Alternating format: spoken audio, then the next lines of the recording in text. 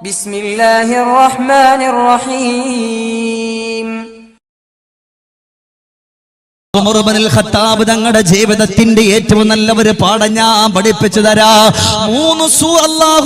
മൂന്ന് സൂറത്തിന്റെ 3 ആയത്തുകൾ ഓതാതെ ഉമർ ഇബ്നുൽ ഖത്താബ് റളിയല്ലാഹു അൻഹു കിടന്ന് ഉറങ്ങിയിട്ടില്ല. ഇന്നു മുതൽ എന്റെ പ്രിയപ്പെട്ട പെങ്ങളെ, എന്റെ ബാപ്പ, എന്റെ പ്രിയമുള്ള സഹോദരങ്ങളെ, ഈ 3 ആയത്തുകൾ ഞാനും നിങ്ങളും പതിവാക്കിയ ഇൻഷാ അല്ലാഹ് നമ്മൾ ഈ ലോകത്തുനിന്ന് വിട പറയുന്ന സമയമുണ്ടല്ലോ, ബാപ്പ കരയുന്ന സമയമുണ്ടല്ലോ, ഉമ്മ കരയുന്ന സമയമുണ്ടല്ലോ, സഹോദരങ്ങൾ കരയുന്ന സമയമുണ്ടല്ലോ, ഭാര്യ കരയുന്ന സമയമുണ്ടല്ലോ, കൂടപ്പിറപ്പുകൾ കരയുന്ന സമയമുണ്ടല്ലോ. ആര് കരഞ്ഞാലും അല്ലാഹുവേ നമ്മുടെ ചാരത്താരാ കടന്നു വരുന്ന എന്നറിയോ? നസല ഇലൈഹി മലായികത്തും മിനസ് സമാ, അല്ലാഹുവിന്റെ വാനലോകത്തുനിന്ന് മാലാഖമാര് കടന്നു വരികയാണ്. എന്നിട്ട് എന്തേ അവര് ചെയ്യുന്നത്?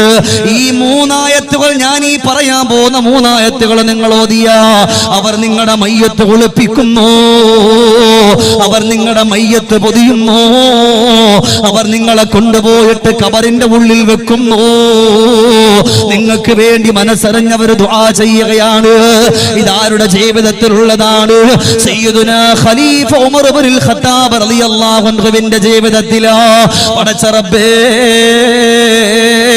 കിടന്നുറങ്ങാൻ വേണ്ടി ഉമർ ഇബ്നുൽ ഖത്താബ് തങ്ങൾ കടന്നു വന്നാൽ ഒരല്പസമയമെങ്കിലും ഉറങ്ങണമല്ലോ, പാതിരാത്രി നിസ്കരിക്കണമല്ലോ, പ്രജകളുടെ കാര്യം നോക്കണമല്ലോ എന്ന് പറഞ്ഞുകൊണ്ട് ഉമർ ഇബ്നുൽ ഖത്താബ് റളിയല്ലാഹു അൻഹു ചില ദിവസങ്ങളിൽ കിടന്നിട്ട് ഉറങ്ങുമ്പോ അവിടുന്നതാ കിടന്നുറങ്ങുന്ന സ്ഥലത്തേക്കൊന്ന് കടന്നിരുന്നാൽ ഉമർ ഇബ്നുൽ ഖത്താബ് തങ്ങൾ ഒന്നാമതായിട്ട് ഓതുന്ന ആയത്തേതാ?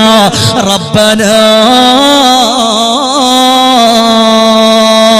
ലാ തുസിഉ ഖുലൂബനാ ബഅദ ഇദ് ഹദൈതനാ വഹബ് ലനാ മിൻ ലദുൻക റഹ്മാ. നിറഞ്ഞ മനസ്സോടെ ഉമർ ഇബ്നുൽ ഖത്താബ് റളിയല്ലാഹു അൻഹു ഈ ആയത്ത് ഓതുകയാ. എന്തിനെന്നറിയോ? സ്വഹാബത്ത് ചോദിക്കുകയാണ്, അല്ല ഉമർ ഇബ്നുൽ ഖത്താബ്, നിങ്ങൾ കിടന്നുറങ്ങാൻ വരുമ്പോ ഈ ആയത്ത് ഓതിയിട്ട് കരയുന്നത് ഞങ്ങൾ കണ്ടുപോയിട്ടുണ്ടല്ലോ ഖലീഫ. ഉടൻ തന്നെ ഉമർ ഇബ്നുൽ ഖത്താബ് റളിയല്ലാഹു അൻഹു പറയാ, ഈ ആയത്ത് ഓതിയാൽ ഈമാൻ നഷ്ടപ്പെട്ട് നമ്മൾ മരിക്കൂല, ഈമാൻ കളഞ്ഞ് മരിക്കൂല. ഈ ആയത്ത് പതിവാക്കിയാൽ മരിക്കുന്ന സമയത്ത് ഈമാനോടുകൂടി അല്ലാതെ മരിക്കൂല. റബ്ബനാ, ഞങ്ങളുടെ രക്ഷിതാവേ, ലാ തുസിഉ ഖുലൂബനാ ബഅദ ഇദ് ഹദൈതനാ. അല്ലാഹുവേ, നമ്മുടെ ഹൃദയത്തിന്റെ ഉള്ളില് നിസ്കരിക്കാനുള്ള, നോമ്പെടുക്കാനുള്ള, സ്വതക കൊടുക്കാനുള്ള, സക്കാത്ത് കൊടുക്കാനുള്ള ഈമാനികമായ ചിന്ത നമ്മുടെ ഹൃദയത്തിന്റെ ഉള്ളിൽ നീ തന്നു പോയിട്ട് അല്ലാഹുവേ അതിനെ നീ ഇനി ഊരിക്കളയല്ലേ അല്ലാ. ഇന്ന് നിസ്കരിച്ചതുപോലെ, ഇന്ന് നോമ്പെടുത്തതുപോലെ, ഇന്ന് സുദക്ക ചെയ്തതുപോലെ അല്ലാഹുവേ നിന്നെ വഴിപ്പെട്ടുകൊണ്ട് കടന്നു വരാ ഹൃദയത്തിന്റെ ഉള്ളിൽ ഈമാനികമായ മാധുര്യം നീ തന്നത് കൊണ്ടാണല്ലോ. അതിന് നമ്മുടെ ഹൃദയത്തിന്റെ ഉള്ളിൽ നിന്ന് ഊരിക്കളയല്ലേ അല്ലാ. ഈ ആയത്തിന്റെ ഇവിടെ ഇരിക്കുന്ന എന്റെ പ്രിയമുള്ള സഹോദരാ, ഞാൻ ഇന്ന് ഇവിടെ വാള് പറയുമ്പോ സദസ്സിന്റെ വലിപ്പം നോക്കിയിട്ടില്ല, ആളിന്റെ എണ്ണം നോക്കിയിട്ടില്ല. ഒരാളെങ്കിലും ജീവിതത്തിൽ കൊണ്ടുവന്ന അൽഹംദുലില്ലാ എത്രയോ പാഠമാണ്. അതുകൊണ്ട് റബ്ബനാ ലാ തുസിഉ ഖുലൂബനാ ബഅദ ഇദ് ഹദൈതനാ വഹബ് ലനാ മിൻ ലദുൻക റഹ്മാ. അല്ലാഹുവേ, നിന്റെ പവിത്രമായ റഹ്മത്ത്, കാരുണ്യ, സന്തോഷമല്ല ഞങ്ങൾക്ക് നൽകണേ അല്ലാ.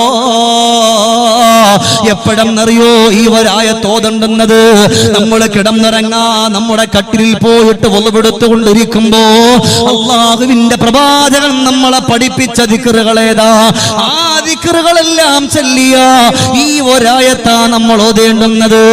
ഇത് കഴിഞ്ഞാലോ പടച്ചവനെ രണ്ടാമത്തൊരായത്തും കൂടെ ഓതണമേതാ? റബ്ബനാ ളലംനാ അൻഫുസനാ വഇൻ ലം തഗ്ഫിർ ലനാ വതർഹംനാ ലനകൂനന്ന മിനൽ ഖാസിരീൻ. നിറഞ്ഞ മനസ്സോട് ഉമർ ബിൻ ഖത്താബ് തങ്ങളുടെ ഭരണകാലത്ത് സ്വഹാബത്ത് കണ്ടപ്പോൾ എപ്പോ നോക്കിയാലും എപ്പോഴെങ്കിലും ഒന്നിപ്പോ കൈലൂലത്തിന്റെ ഒരു ഉറക്കമുറങ്ങാൻ ചെന്ന് കിടന്നാലും ഉമർ തങ്ങൾ ഈ ആയത്തുകൾ ഓതാതെ കിടക്കാറില്ല. ഈ ആയത്തുകൾ ഓതാതെ കിടക്കാറില്ല. സ്വഹാബത്ത് ചോദിച്ചു പറഞ്ഞു, എന്റെ മയ്യത്ത് കുളിപ്പിക്കാൻ അള്ളാഹുവിന്റെ മാലാകമാര് വരണം. ഇതുപോലെ നിങ്ങൾ മനസ്സുകൊണ്ട് കരുതണം, പടച്ചോനെ എന്റെ മയ്യത്ത് കുളിപ്പിക്കാൻ അള്ളാന്റെ റഹ്മത്തിന്റെ മലക്ക് വരണമെന്ന്. ഷമീർ ദാരിമിയും കരുതണം, നിങ്ങളും കരുതണം.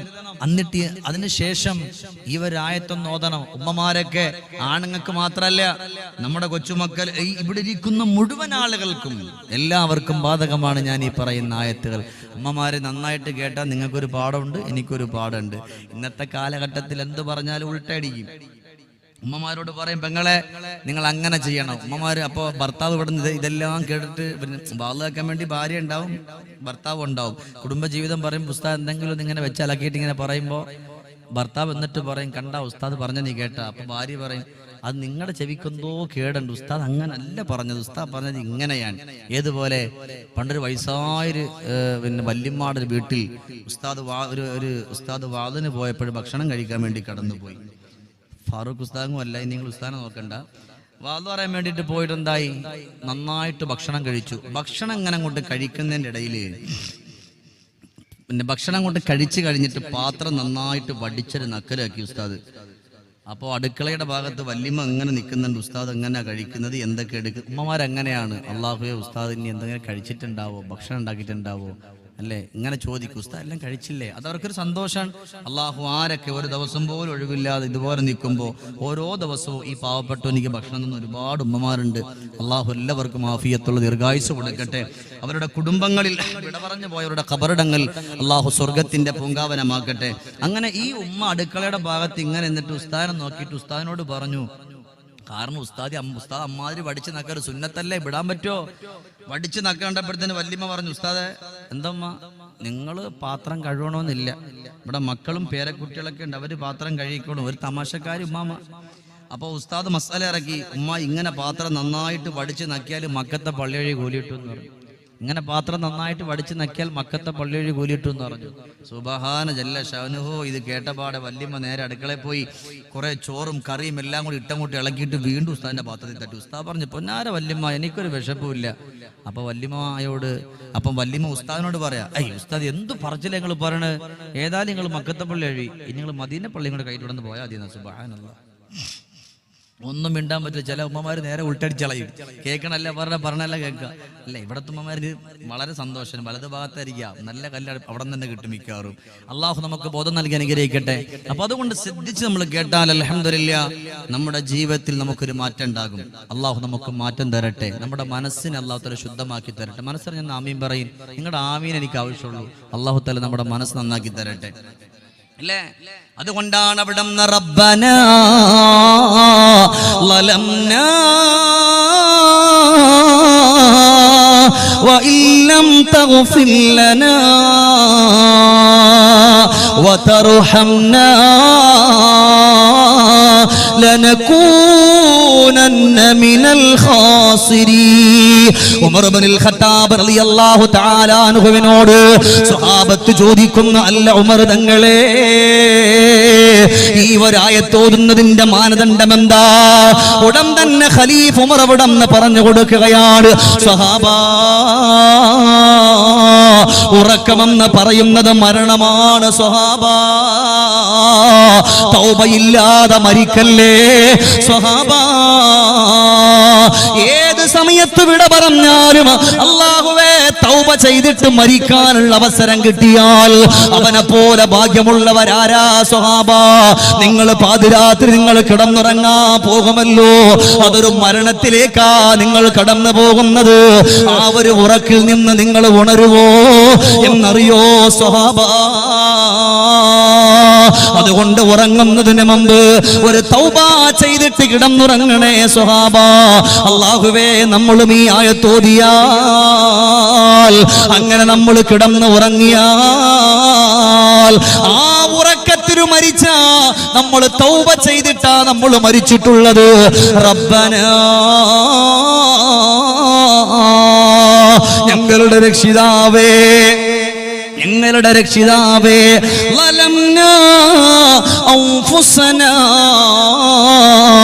ഞങ്ങളുടെ ശരീരങ്ങൾ കൊണ്ട് അക്രമങ്ങൾ ചെയ്തു അല്ലാ. കണ്ണുകൊണ്ട്, കാതുകൊണ്ട്, നാവ് കൊണ്ട്, കാലുകൊണ്ട്, ശരീരങ്ങൾ കൊണ്ട് ആയിരക്കണക്കാന പാപങ്ങൾ ചെയ്തു അല്ലാ. അതുകൊണ്ട് വഇല്ലം തഗ്ഫിർ ലനാ, അല്ലാഹുവേ നീ ഞങ്ങൾക്ക് പൊരുത്തപ്പെട്ട് തന്നിട്ടില്ലെങ്കിൽ വതർഹംനാ, നീ ഞങ്ങൾക്ക് അല്ലാഹ് നിന്റെ റഹ്മത്ത് ചെയ്തിട്ടില്ല എന്നുണ്ടെങ്കിൽ ലനകൂനന്ന മിനൽ ഖാസിരീൻ. അല്ലാഹുവേ ഉലൈക മഅവാഹുമുന്നാർ ബിമാ കാനൂ യക്സിബൂൻ. അല്ലാഹുവേ തൗബ ചെയ്യാതെ മരിച്ചു പോയാൽ കണ്ണുകൊണ്ട്, കാതുകൊണ്ട്, നാവ് കൊണ്ട് ചെയ്തു പോയ പാപങ്ങൾ കാരണത്താ അല്ലാഹുവേ നരകത്തിന്റെ പടുകുഴിയിലേക്കൊന്ന് കടന്നു പോകുന്ന ആളുകളോടൊപ്പം കടന്നു പോകുമല്ല അല്ലാ. അതുകൊണ്ട് വഇല്ലം തഗ്ഫിർ ലനാ വതർഹംനാ ലനകൂനന്ന മിനൽ ഖാസിരീൻ. അല്ലാഹുവേ പടച്ചോനെ നീ ഞങ്ങൾക്ക് മാപ്പ് തരണം. എപ്പോഴെന്നറിയോ? നമ്മൾ ഉറങ്ങാൻ കിടക്കാൻ പോവാൻ. ഇന്ന് ഇവിടെ നിന്ന് വാത് കഴിഞ്ഞ് നമ്മൾ നമ്മുടെ വീട്ടിലേക്ക് പോയി, ഉറങ്ങാൻ വേണ്ടി കിടക്കാൻ പോവാൻ. ആ ഉറങ്ങാൻ വേണ്ടി കിടക്കുന്ന സമയം അൽഹംദുലില്ലാ നല്ല മനസ്സോടുകൂടി ഹബീബ് സല്ലല്ലാഹു അലൈഹി വസല്ലമ തങ്ങൾ പഠിപ്പിച്ച ദിക്റുകൾ ചൊല്ലി ഈ രണ്ടായത്തുകൾ നമ്മൾ ഓതിയിട്ട് നമ്മൾ കിടക്കാവൂ. ഒന്ന്, ഇത് നമ്മൾ ഓതിയിട്ട് കിടന്ന പൊന്നാര വാപ്പ നമ്മുടെ മയ്യത്ത് കുളിപ്പിക്കാൻ വരുന്നാരാ? ചിലപ്പോൾ നോക്കുമ്പോൾ നമ്മുടെ മൂത്താപ്പായിരിക്കും, അല്ലെങ്കിൽ നമ്മുടെ മക്കളായിരിക്കും. പക്ഷേ അൽഹംദുലില്ലാ അല്ലാഹുവിന്റെ റഹ്മത്തിന്റെ മാലാകമാർ കടന്നു വരാൻ, മയ്യത്ത് ഒളിപ്പിക്കാൻ. ഈ ഒരു സൗഭാഗ്യം എന്തിനാ നമ്മൾ കളയണത്?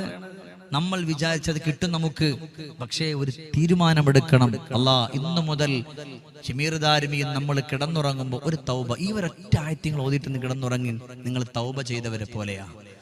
അല്ലാഹുവേ നീ ഞങ്ങൾക്ക് മാപ്പ് തരണം. അള്ളാഹിനോട് തൗബ ചെയ്തിട്ട് കിടക്കാൻ, അള്ളാഹിന്റെ മാലാകമാർ നിങ്ങൾക്ക് വേണ്ടി പൊറുക്കലിനെ ചോദിക്കാൻ. ഇതിനപ്പുറം സന്തോഷം വല്ലതും വേണോ? ഇതിനപ്പുറം ആനന്ദം വല്ലതും വേണോ? അതുകൊണ്ടാണ് ഓരോ ഇൽമുൽ ഖലീഫ ഉമറുൽ ഫാറൂഖ് റളിയല്ലാഹു അൻഹു സ്വഹാബത്തിന് പഠിപ്പിച്ചു കൊടുക്കുമായിരുന്നു. ഭരണം നോക്കുമ്പോൾ തന്നെ ഇൽമുകൾ പഠിപ്പിച്ചു കൊടുത്ത മഹാനുഭാവനാണ്. സുബ്ഹാനല്ലാഹ്. ഇനി അങ്ങനെ ഉറക്കിൽ നിന്ന് നമ്മൾ ഉണർന്നു കഴിഞ്ഞാൽ ഒരായത്ത് കൂടെ നമ്മൾ പതിവാക്കണം.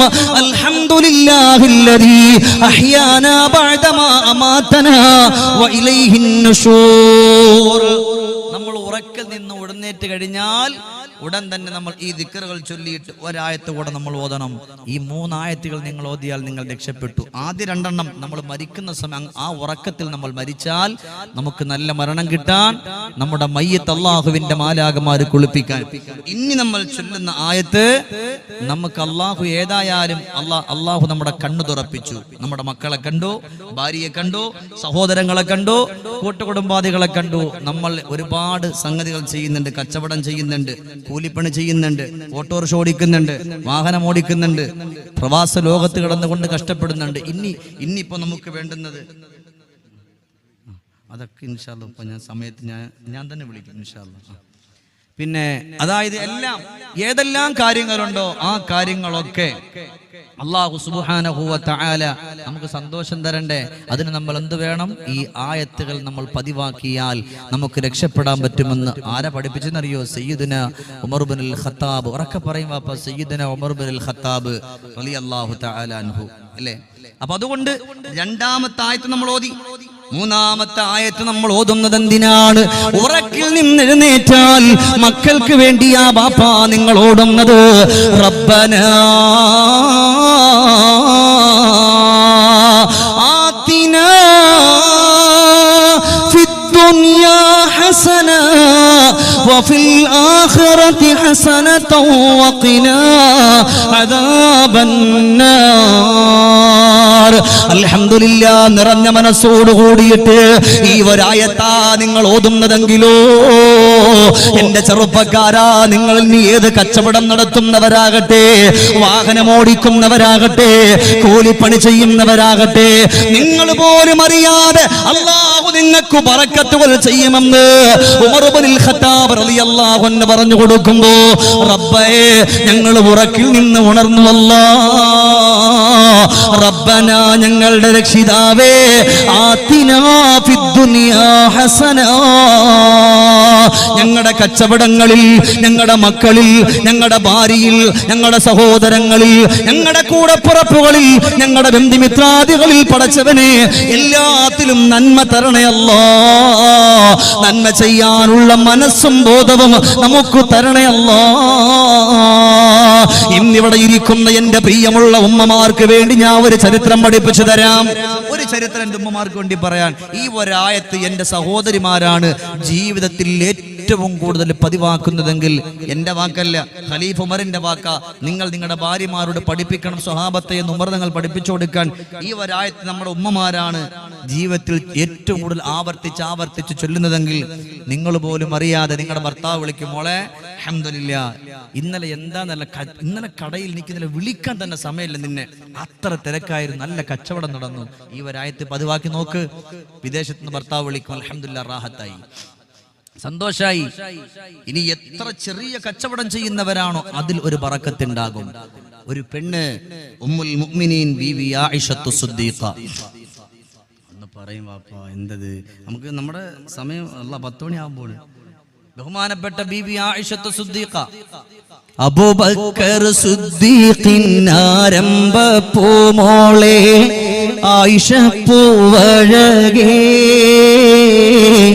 ആദരത്വാഹ നബിയോരെ സൗജത്തായി ലംഘിയ പൊന്നോളിവേ